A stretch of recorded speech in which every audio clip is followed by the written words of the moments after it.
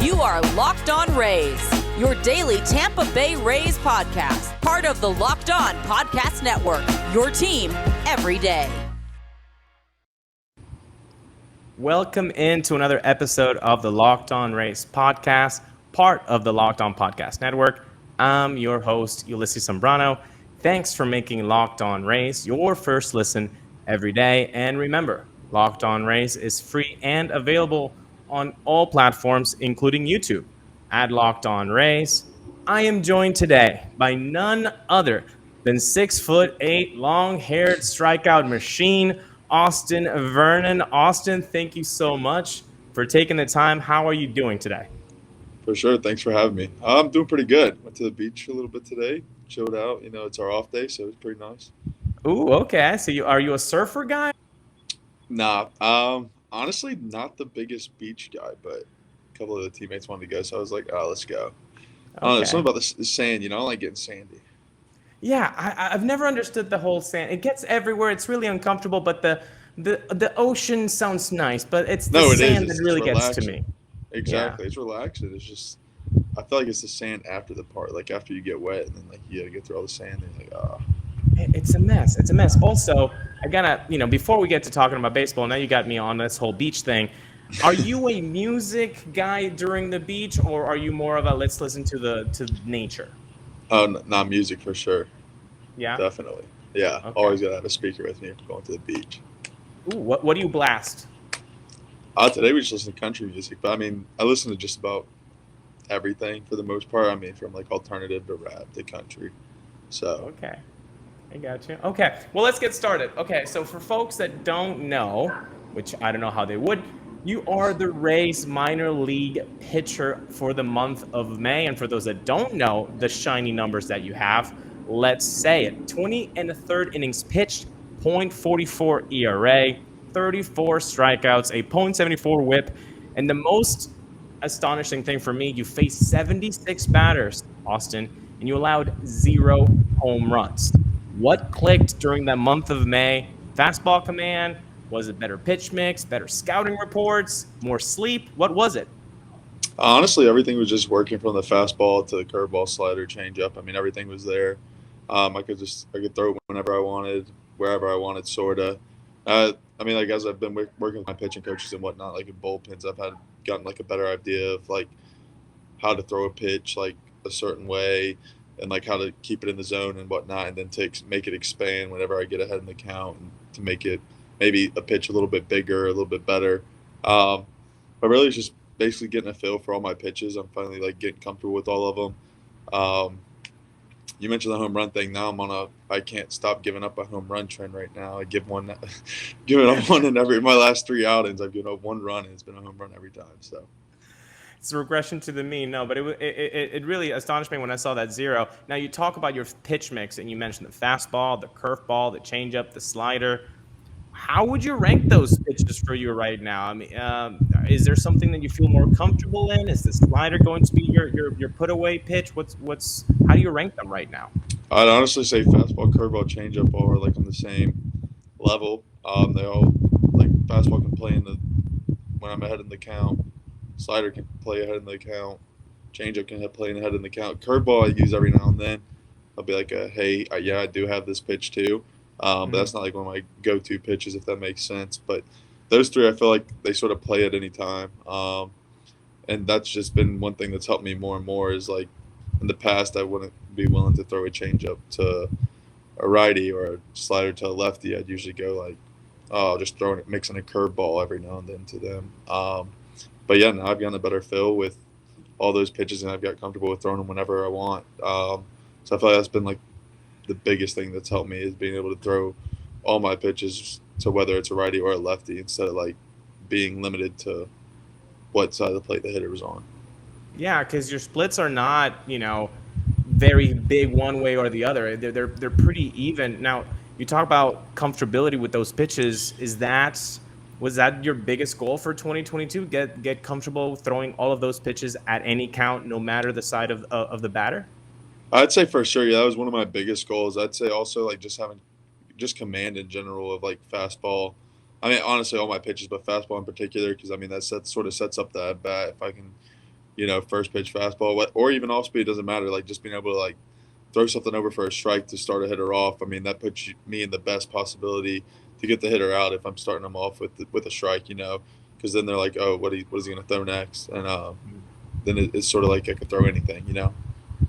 Now, I mentioned you're a strikeout machine because you are. The numbers are ridiculous. What is the mentality there when you're on the bump? Is it just pitch by pitch? Is it, I know what plays best with your own stuff? Like, how are you getting those whiffs from so many batters?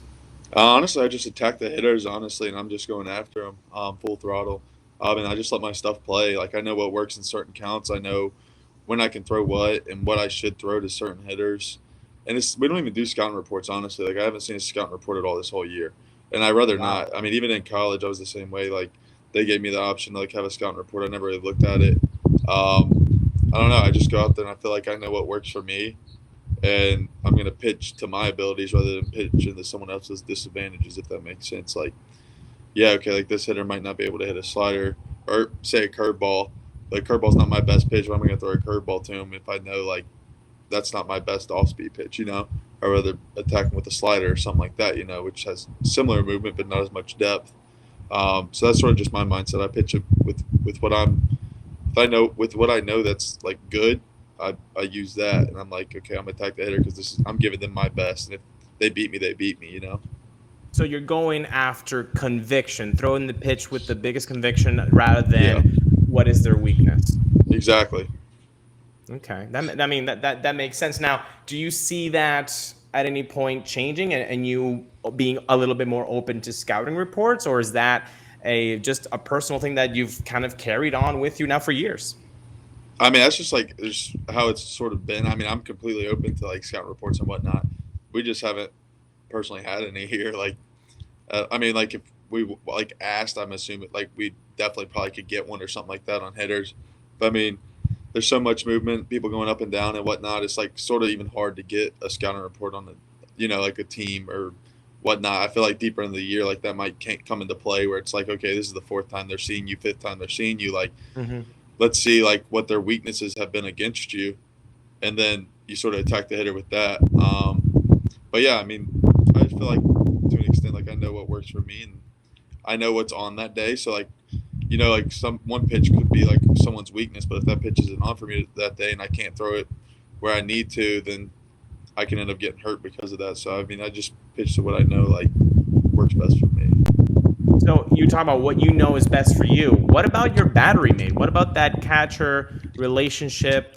How, do you work with one guy strictly? I know you're going out of the bullpen, so that really isn't basically your decision or your responsibility to choose. But how is that? Do you have a main guy that you've thrown to most of the year? How is that relationship going?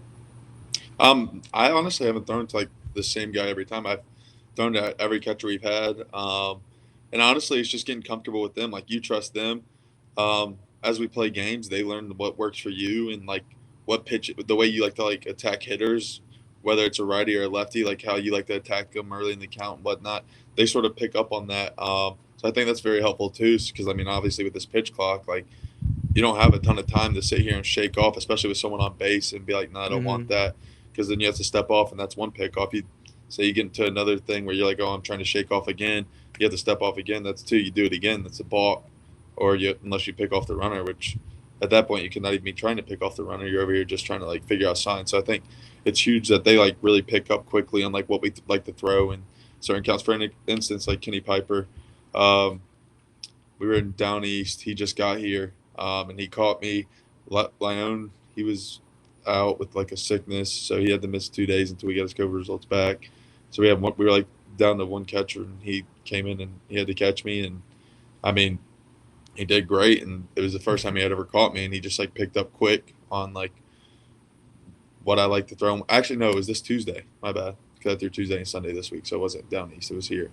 But yeah, he just like picked up really quick on like what I like to throw in certain counts, and so like it got to the point where like I think last outing, because he caught me Tuesday and then he caught me this Sunday, and Sunday, I mean, I think I shook off like one or two times. Like after our first inning, he was like, hey, like what do you like in like these situations? And I sort of told him, and then like from there we were sort of cruising, and he figured it all out. But yeah. So when things are working well, even that relationship can be very smooth. Now, Yeah. you mentioned two words that many major league fans are waiting for, but have not gotten to see yet, and that is the pitch clock. Can you tell Rays fans that are listening to this what is like to be pitching with it? Is it uncomfortable? Are you used to it already? Do you like it? Have you gotten into awkward situations watching that 3, 2, 1 and talk us through that pitch clock situation? For sure. Personally, I'm like a quick mover, so like I get the ball back, I'm back on the mound, I'm ready to go. Only thing that sucks is like every now and then you want to take a little breather, like you can't do that. Okay. Unless you just step off and then they count that as a pickoff. But like that's the one thing I don't like about it. I mean personally, I don't like it that much anyway because I feel like yeah, it speeds up the game maybe like what 20 minutes. I think it says something like that is like the average right now, which is like obviously pretty good compared to like past years. I guess going 3 hours where it's like not like 2 hours 45 minutes. You have some quicker games every now and then too. Yeah. But I think for like all around, like I think it's like hard because like I mean you have someone on base, you have 18 seconds, Okay. you get the ball back, you say you walk around the mound, grab some rosin, you're down to 14, 13 seconds by the time you get on the mound. You don't like a pitch it's called, you shake once, you're down to probably like 3 seconds by the time you come set. You don't want to balk, so there's a possibility you have to step off there. So I personally don't like that aspect. I don't feel like there's enough time. Now, whenever there's like nobody on, 14 seconds, I think that's perfectly fine. Like you get the ball, you go, you shake. The catcher doesn't have to throw down multiple signs. Like easy going. I'm fine with the 14-second one. That one's fine. But I think the 18 could be like increased by like 2 or 3 more seconds, just for the fact of like taking into account of people shaking off, and whatnot, like grabbing rosin bag, having to do that. I feel like, yeah. Is there a maximum amount of times that you can step off? Yeah, so like you can step off. So you have 2 pickoff attempts, which includes a step off. And after the second one, if you do it again, you have to either pick the runner off or it's a balk. So like basically the runner has to be out or it's a balk. Yeah. Man, that's rough. Did it take a long time to kind of get in the groove of especially with the men on base like that one? I'm with you. That seems crazy time. Yeah, With I feel 18 like it's sort of really that's the only one that's like pretty quick. But like I said, I mean I'm pretty good at it. Like I go right away, like type of pitcher. Or like some people like they take their time a little bit on the mound. They take a little walk around and whatnot. Now for those guys, it's a lot harder. But for me personally, it's not that bad. But like sometimes I'll get down there and I'll be like, okay, 3, 2, 1, I gotta step off right here real quick. But it's only happened like once or twice this year. But yeah, I mean, that's probably my least favorite thing about that one. Cool. Let's go back though. Let's go in on DeLorean. Let's go back into the past. And I understand that you are a younger sibling. Your oldest brother also played baseball, got drafted. What is one of your earliest baseball memories? I'm also a younger sibling. I used to watch my sister play tennis all the time when I was 4 or 5 years old in her tournaments. Is that one of your biggest introductions into the world of baseball? 3, 4-year-olds, as a 3-year-old, 4-year-old, watching your brother play in little league games? Yeah, all the time. I mean, probably since I was like able to walk, I was out there basically like always watching his games. I used to be their bat boy, so like him growing up, he's playing like t-ball and whatnot. They let me be bat boy. They give me like a little jersey and a uniform. Like I'd get pants, but they give me a little jersey. I wear it, and I was like always around it 24/7. So I mean, just sort of ended up like it was in my blood at that point. Nice. I mean, it's just always been my dream to get to where I am. And same thing with my brother; it was his dream too, and we just took advantage of our opportunities. And yeah, but like yeah, I've always been around, and it's just been what I love to do. Was it always baseball, or were you a multi-sport athlete? I understand, obviously you're 6'8", so the obvious question is why not basketball? But obviously there was something about baseball. Yeah, I mean, I played basketball too. My mom actually played at Liberty University, so she played there. So she threw us into basketball too whenever we were growing up. So I played basketball just about all my life, all the way through like middle school. Played my sophomore year in high school, and junior year I was like, I'm just going to focus on baseball. And then I was like, screw it, senior year I'm playing again. So I played basketball my senior year too. No, I love basketball too, but baseball was just always my sport. And what's worked out for me, that was the sport I was good at. I played football 7th and 8th grade in middle school. Those were my first 2 years ever playing football. And then I played freshman year in high school. I didn't really play much, and I was like, okay, I'm done with this. Like, it wasn't my cup of tea, you know. It was like, Yeah. I was just out there. We're lucky that you said no to the helmet and the concussions. That's okay. Yeah, We're stay glad away that from happened. Now, was it always the guy on the mound? Were you always the pitcher, or were you trying to be a shortstop or a center fielder? What was it like growing up in the positions that you loved? Yeah, I like pitching. I pitched since I was like 7 years old, so I've pitched like basically my whole life. Um, my dream position was shortstop. I love Derek Jeter. That was my guy. I was like always watched him growing up, and I was like, oh, I want to be a shortstop. I want to be a shortstop. I was a bigger kid though my whole life, so I was just not agile enough to play shortstop, you know. So I was always on the corners, like first or third. Caught a little bit in middle school. Didn't really want to, but we didn't really have anybody else to catch. So they were like, hey, can you catch? I was like, sure. But for the most part, yeah, just like first and third base, and then pitched. And then like when I got to high school, I was like, oh, I don't really want to pitch anymore. I'd rather just play position. Yeah. And so freshman year of high school, I pitched. Sophomore year, I played varsity base all year and hit. And I didn't pitch at all. And then junior and senior year, I pitched. So And then since then, that's all I've done is pitch. So, okay, so you've done all this pitch. Now, you mentioned that you did catch for a little bit. Was that in any way, shape, or fun? Did it kind of give you a little perspective on what you do on the mound, and you have kind of some respect on what your catchers go through when they're catching 95, 96 at the top of the zone from you? Yeah, no, I definitely feel for them. I mean, I would never want to do it again. I'll tell you that. Catching is like my least favorite thing. It was more so just to help out the team because we didn't have anybody else that could catch. Because the other dude that was the catcher, he also pitched. So whenever he was pitching, I had to catch. So yeah, Gotcha. That was sort of the thing we ran into. But that was the only time I ever had to catch. So I would have to catch like maybe like once a week or something like that. But yeah, I mean, it just no, I wouldn't want to do it again. Wasn't that fun? You get beat up back there. And it's tiring. So yeah, no, I wouldn't do it again. I'll tell you that. Not a lot of 6'8" catchers. That's for sure. When you talk about growing up, you mentioned the name Derek Jeter. Were you a Yankees fan growing up, or was it just like a favorite player sort of thing? Yeah, growing up I was. My dad's from Jersey, so whenever we were growing up, he was a Yankees fan, so he just sort of threw it on us, and so like growing up, that's all we were. But yeah, I mean, I guess like having him throw us into being Yankees fans, like Jeter was that guy. He was the captain, so it was like sort of someone like I looked up to, I guess you could say, as far as like me getting into, not getting into baseball because I was already into baseball, but like watching, staying interested, yeah, exactly. Yeah. Well, now, is there a pitcher? I mean, obviously you talked about first and third, but ultimately you decided to be a pitcher. Was there a guy that you said, you know what, I like what he does on the mound. I kind of, I want to imitate that, or at least take something from him. Was there a guy like that? Yeah, like growing up when I was younger, it was actually Jabba Chamberlain. Yeah, so I used to wear 62, and he was like he just attacked hitters. He had that energy. He just went after them, and I feel like Jabba rules. Growing up Remember and, like, that? Oh yeah, exactly. I know. Yeah, growing up and like seeing that, like I was like, oh, like I want to be there like one day type of deal. But now like had got his Yankee jersey and everything, like wore number 62 growing up, like that was my thing, and I was like, oh, like that's who I want to be like.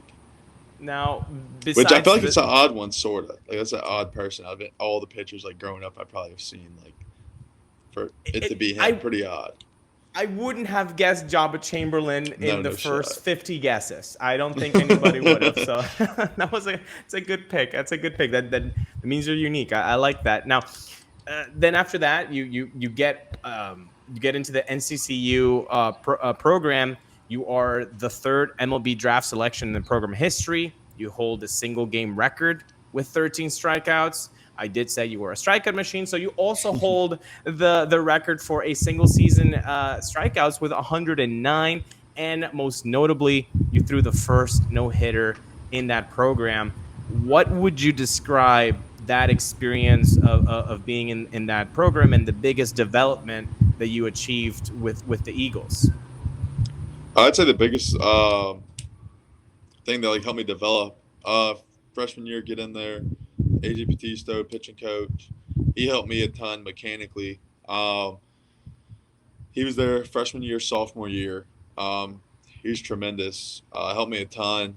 Sort of helped me like as far as like I was very wild. I'd say like coming out of high school, coming into like my freshman year of college, I threw like 19 innings, I think, and I had like 19 walks and like 16 strikeouts. Like I didn't know where the ball. I was like probably like 92, 94, but I had no idea where it was going. And then we did a bunch of drills and stuff, and he would point out like the little things and be like, do this, and like eventually everything just started clicking.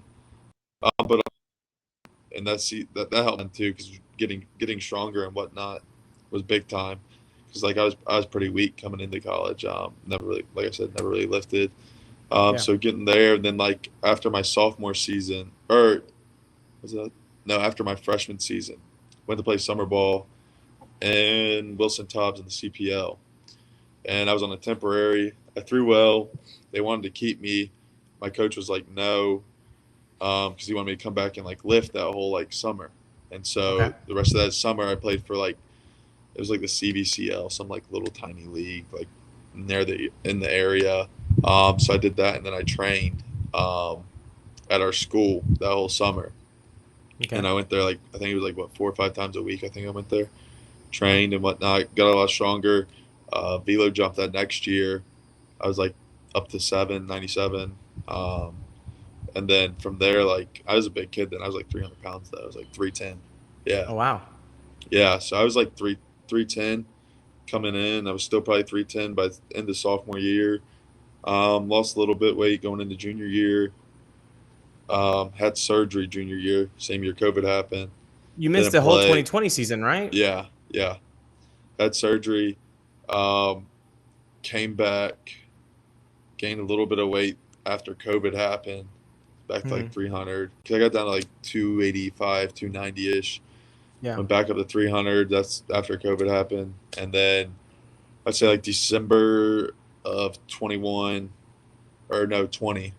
December of 20, started doing this there's like meal prep place called Clean Eats. Went there, did like this like little whole food thing. It's like meal prep, portion controlled. And from there, I mean, I still do it every now and then. Like I just got some today, but do those for lunch and then make my own dinner. And then let's say by April, I was down to like 255. Wow. So like 4 months. Yeah. The lowest I got down to was man. Yeah. Lowest I got down to was like 249. But now I stay like around like anywhere from like 255 to 260. Just depends. I mean, my weight fluctuates pretty often, so. But how does I would bet that would affect you on the mound, because now, obviously, less weight, obviously makes you feel good. You're in better shape, but that has to affect your delivery somewhat, your pitches. How did you find that difference between the losing of the weight? See, that was the thing with like when I was in the process of losing weight, I was like really like, do I want to do this? Like, am I going to lose velo? Like, because like that. So like after I had surgery, I came out of surgery. I didn't throw it all that school year because obviously COVID happened. That summer I went and played summer ball, and I was like 95 to 98, touched 100 once, and I was like, oh, okay. I was like, I feel good, but I was like I said, I was like 298, 300 pounds. Like I was like, I got to do something. So I lost weight, and when I was in the process of losing it, it was during the season. So I was like, I don't know if this is a good move. Like I might lose velo. I was like, mechanics change and whatnot. Honestly, all in all, I think it's helped me a ton. Like my body recovers 100 times better. I could hold velo more consistently for a longer period of time. And like my body just feels better. Like it's easier to move down the mound. Mechanic wise, like everything's simpler now. It's not like you have a lot of moving parts, like easier to control my body, if that makes sense. So I feel like that's Yeah. been huge for, like, I feel like that's been the biggest thing for me. And like this whole journey is like finally taking initiative to lose weight. I tried to since freshman year of college. They brought me in and they were like, hey, like you need to lose weight. And I'm like, yeah, I'm trying. But I always like would try to. And then I would eat healthy, just too much, way too much. Yeah. And that was my problem. And then it also didn't have help freshman year. We lived on campus, so you had to eat in the cafeteria. Not the best food. It's all you can eat. So I'm like over here, oh, let me get this. I'm over here having like 3 plates when I barely need to have one. The ice cream got me. The ice cream machines. Dude, That's and then that's the worst, man, because they're always syrup. there. And they had chocolate syrup too, and I was like, oh, let me get some of that too. Then we had fried chicken Wednesdays. That didn't help either. I'm like, yeah. goodness. But I mean, yeah, all in all, I mean, like that's been probably my biggest help factor. Now, are you sitting 95, you said, or are you sitting 97 right now? Right now, so like my average velo is like 95, but I'm like usually like every outing just about anywhere from like 4 to 7. Like for instance, I threw on Tuesday. My last inning on Tuesday, I was 97, like 98. But throughout that game, I was like, my average velo was like 95.4 or something like that. So like all in all, it's like anywhere from like 4 to 7 usually around there. I think this past Sunday I was a little down than usual, but it's also I threw 5 innings Tuesday and came back. And this is the first time I've thrown like twice in the same week. I threw one other time twice in the same week, but I'd thrown 3 innings on a Tuesday and then came back and threw like 4. And then I threw 5 on this past Tuesday. And so like I felt it a little more and I was like, yeah. It's like that was a quick turnaround right there. I'll tell you that. Yeah. Is that something that just happened, or is that something that is in your progression as a pitcher to kind of get a little bit, back up and ready quicker? No, like so, like it happens. So like I'm technically like a starter, but not really. I'm a bulk inning guy. So I'm still like on a starter rotation. So like right now, I mean it switches every now and then, but right now Fernandez is in front of me, and so he starts, and then I come in after him, and like we can take a whole game by ourselves. Like he goes, like for instance Tuesday he went 4, I went 5, and then yesterday he went 4, I went 4 because that's our limit. If we throw twice in the same week, it's a 4 pitch limit, like 65 pitches. But yeah, no, it only happens like once. I think what is it? Because we throw usually like every 6 days, but whenever you throw on a Tuesday, because then it becomes every 5 because Tuesday Sunday. So I won't do this again for another like 5 weeks or something like that. 5 or 6 weeks. So it's like every like 5 or 6 weeks you throw twice in the same week. So walk us through those off days between the starter mentality. You're like you're saying, you're maybe a bulk guy, but bulk guys are more closer to starters than not. So what are the off days like for you? Like as far as like throwing, like how throwing goes and whatnot? Yeah, is it bullpen? Is it just sometimes wrestling? Right. Is it just lifting sometimes? What's the routine like in those off days? Yeah, for sure. So for instance, through Tuesday, right? Monday or Wednesday lifted, Thursday bullpen, Friday catch, Saturday catch, Sunday game. Gotcha. And usually like those days, like Tuesday, obviously, I know when I'm like throwing or whatnot, so I sort of like semi-long toss. Don't go too far out, but I go like probably 200-ish. And then the next day after, I'll go like 90 feet, really light catch. Then the next day I bullpen, so I'll do like this sort of long toss again. And then the next day after that, 90 feet, soft, like just put some air under it, like a very light catch. And then that next day, which was this past Saturday, I'll work it out to probably like 120.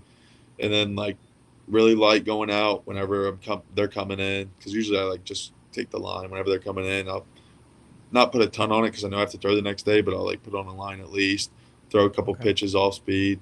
The only other thing I do is like I just throw my changeup every day because I feel like change is like one of the best pitches in baseball. If you have a changeup that plays, like you're gonna have a good chance at succeeding. Just because I feel like it's such a pitch that's like undervalued, that a lot of people don't look at the value of it and how effective it is. for Let's whether talk it's a about that righty or a changeup. lefty. Yeah, because you said you were sitting right now in 95.4. That's at least that's your average velo. Yeah, That like my average differential. velo. What's the changeup differential for the changeup? My changeup average was 82. Oh, that's good. Oh, that's Yeah, nasty. so. That's why is that why you're getting the whiffs? I mean, did I just crack the code? No, I mean, I don't know. Try to I try to throw hard, but it's 82, and I'm like, okay, I'll take it, whatever. Yeah. Yeah, No, I mean, I guess that. I mean, I think it definitely helps having that big of a difference. yeah. Because like even like a lot of them look like I mean, we're very analytic based with the Rays, so they look really into like analytics, and like the one thing they look at is like horizontal from your fastball to your changeup, because obviously like that's that movement, and so like yeah, I feel like even if it didn't have a ton of horizontal, it still would play just because it's so much slower. But the fact that it has a little bit of horizontal with it, and it's that much slower, it plays even better. And I feel like that's one of probably my best off-speed pitch, if anything, because just how it plays. And it plays to righties too. Like usually I never throw it to righties, and occasionally like our catcher will call it, and I'll be like, you know what, it's on right now, let's throw it. And I mean, I'll get like swings over it because they'll be looking for a fastball and then throwing a changeup. So, are you a top of the strike zone fastball kind of guy, and then you play off that changeup low in the strike zone? I would say, I mean, I try to. I get to the top of the zone every now.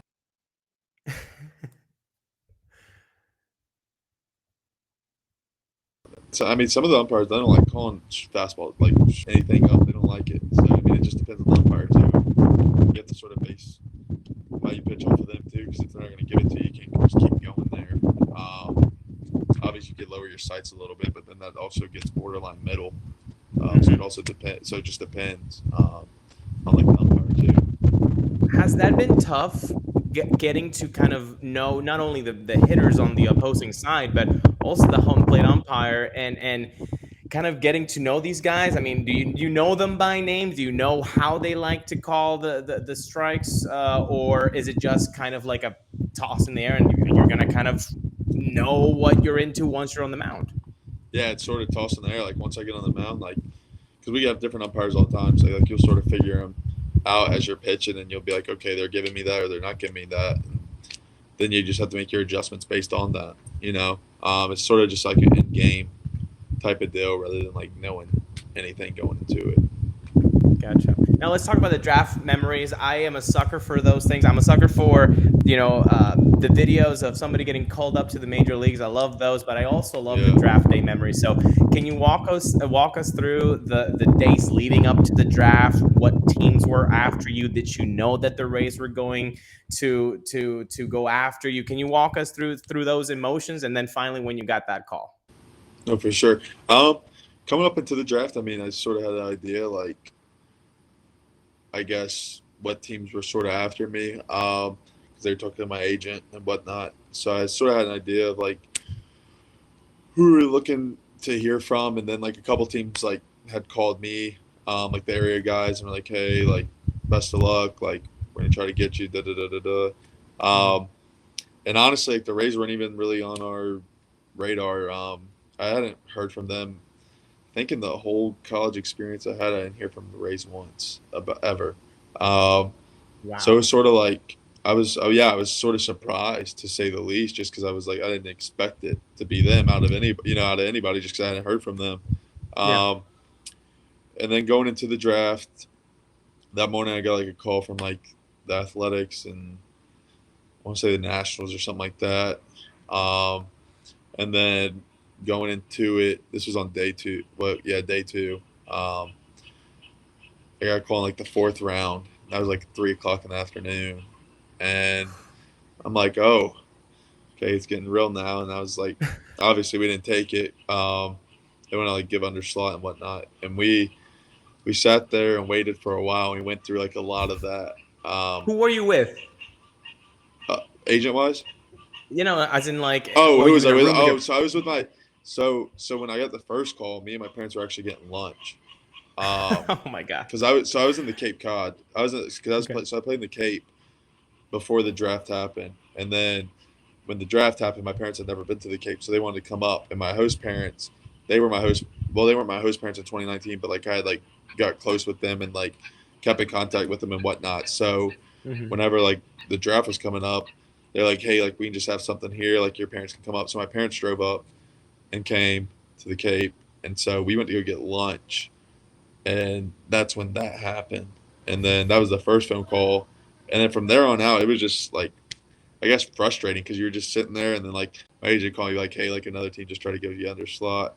So I mean, it was like way under slot. It wasn't like they're like giving us like 20K under slot or something. Like, it was like way under slot. Yeah. So like he's like, we're not gonna do it.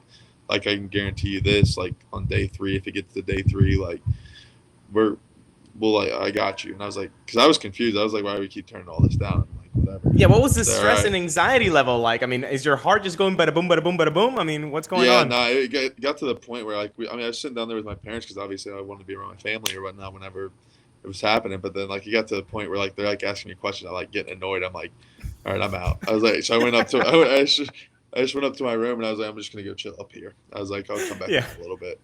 So like this was like probably around like the 7th round. I went up to my room and was just chilling, probably each other for like an hour, and then 9th round came around. Went downstairs. My agent called me like 2 more times again and was like, hey, like Orioles just called me. Someone else just called me.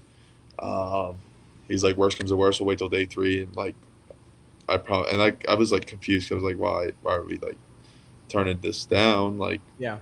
he's like, I can guarantee you this tomorrow. Like, da da da da da. And I was like, okay, like fair enough. So I was like, well, just sit and wait. And then eventually, like, it was like middle of the 9th round. He called me. He's like, hey, just talk to the Rays. They're taking you to 10th. I was like, oh, okay. I was like, because we were literally talking about day 3 already. We were like literally having a conversation about what was going to happen in day 3, and then like literally like in the middle of me texting him back, he gives me a phone call, and I'm like, okay, sick. So it was pretty cool. Nice. And then like I was with my parent because like so where like my host parents were in the Cape. They have like 2 houses that are back to back with each other. So I was in the back house. They were in the front house. Okay. And then once they called me, we all went to their front part and then put it on and watched it. It was pretty cool. That's awesome, man. That's awesome. Now, you're not the only guy that's told us a very similar story, which means the Rays were not after them either. And so maybe this is the Rays' MO. They don't want to let the opposition know who. Right. That's the smart front office. And Yeah, so maybe it that's really interesting. Now, talking about the Rays and the front office and what they like to do, you also mentioned the analytics side, the traditional side. What are some numbers that speak to you and your success? Are you more of an ERA guy, or are you looking more at exit velo, or are you looking more at, what are the numbers that mean most to you when you say I'm being successful right now? I'd say like honestly, like I'm not an analytic guy at all. I never Okay. was. Now I'm sort of it's not that I'm getting into it. I'm starting to learn it, if that makes Mhm. sense. So I'm getting an idea of like how my stuff plays.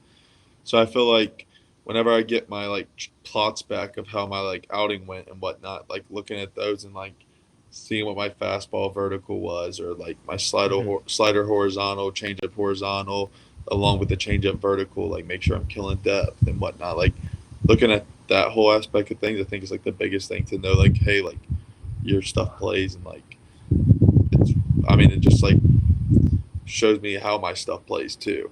And like Yeah. show me that like whether I'm consistent or not, and like all my outings and like making sure everything's staying on the same track that it should be. So I feel like that's one of the bigger things I look at mainly is like making sure all my like analytic data is staying similar, and not really changing as much, if anything, because I don't really like look at.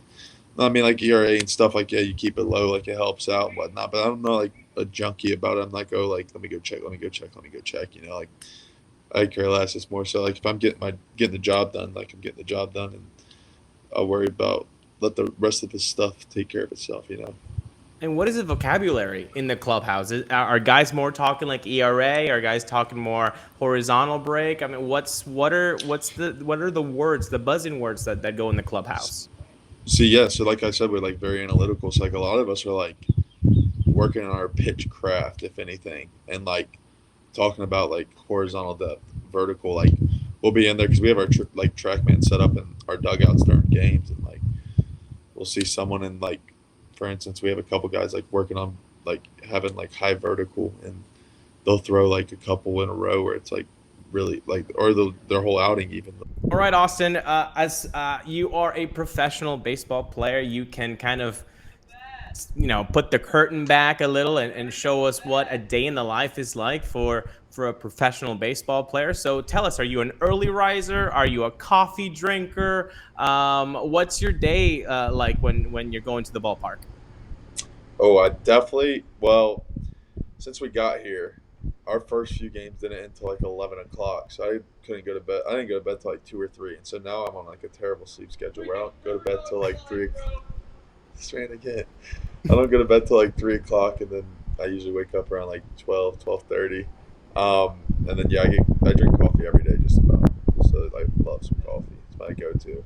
I usually like eat lunch or something before I go to the ballpark, and then once I get to the ballpark, I usually head to the ballpark like an hour or two after, probably an hour I'd say after that. Go to the field, and then from there we get there, we go out, stretch, throw, conditioning, shag BP. Then we come back in, and they'll have like a pregame meal for us. We possibly do like some arm care, whatnot, shower, get dressed, go back out, probably get another cup of coffee before I go out.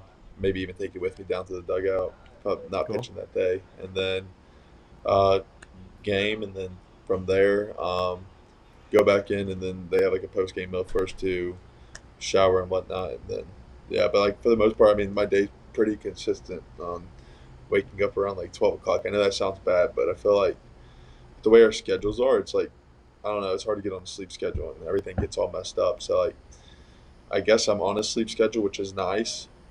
Not the sleep schedule you probably want to be on, Yeah.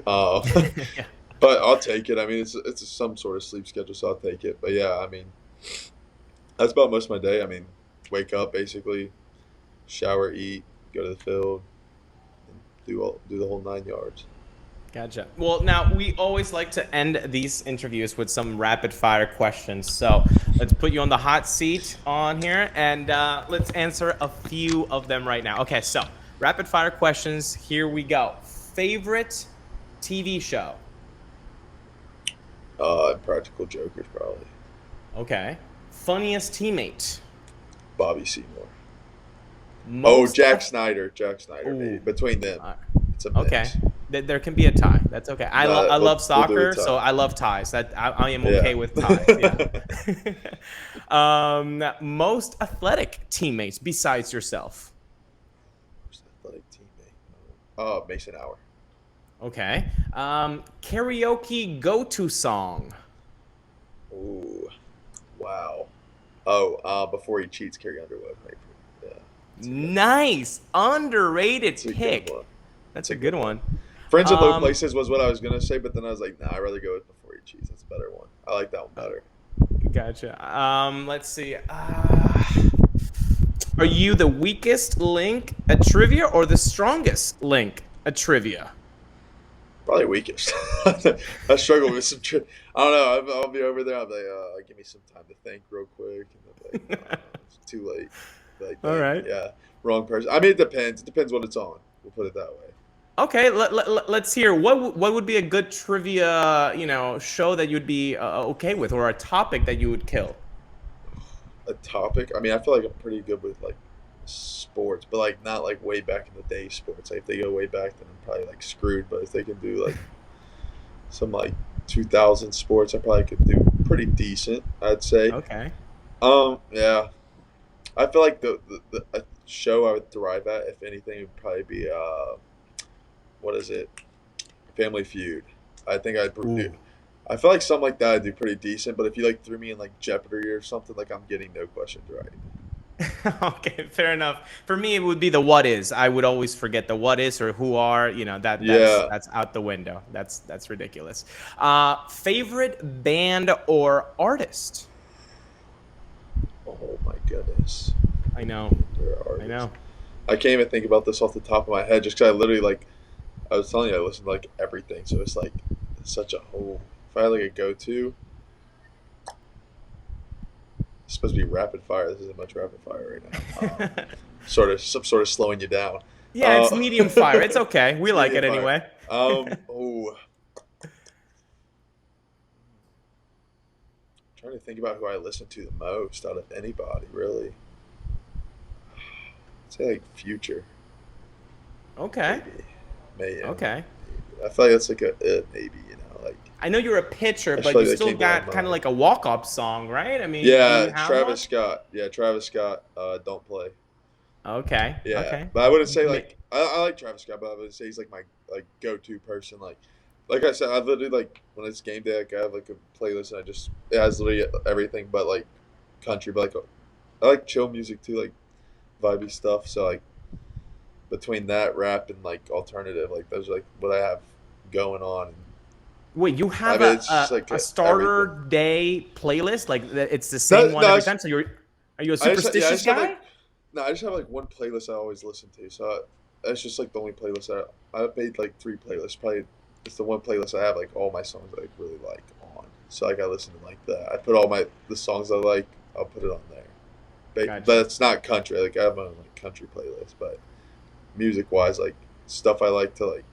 That's like I'd say like I guess my favorite songs that I like to listen to. I'd put it on there because it's like I could listen to these at any point and I'd be fine with listening to them. You know. It's not like I might have to like skip a ton of songs. Yes, nobody likes using that. Yeah. So it's like that's what my playlist sort of considers.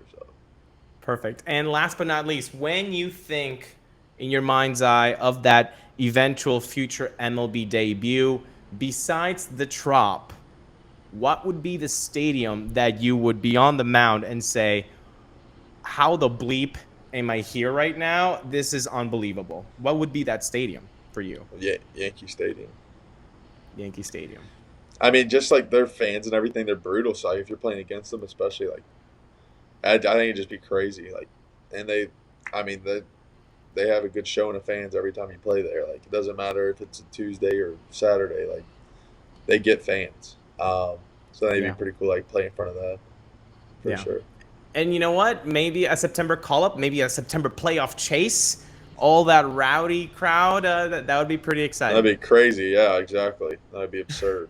Especially once you get into the playoffs, it'd be even crazier. You get into like October and stuff. Yeah, you couldn't possibly even hear your own thoughts. Yeah. No shot. Yeah, you get yelled at by everybody. Like, and with no bleeping, you actually are hearing all the words. Austin, yeah, no, literally. Yeah, it has been a pleasure to get to know you and you know, kind of. I think it's very important for fans to know the person as well, and besides just looking at the numbers on the Excel spreadsheet, I think that's one of the biggest things that gets lost in 2022 when you're talking about baseball fans. People just look at the spreadsheet instead of just kind of connecting with the human being. So really, thank you so much for taking the time. And do you have a message for Rays fans that are listening to this and getting to know you? No, I appreciate y'all. Like, y'all help us get through the seasons and whatnot. Like, give us the reason to go out and play every day. I mean, having fans at games in general, that makes me pitch better. I mean, I'm an adrenaline pitcher. I pitch off of fans. So if the energy's there, I mean, we love it. And going to be thankful to have the fans we do. So, yeah, thank you to them.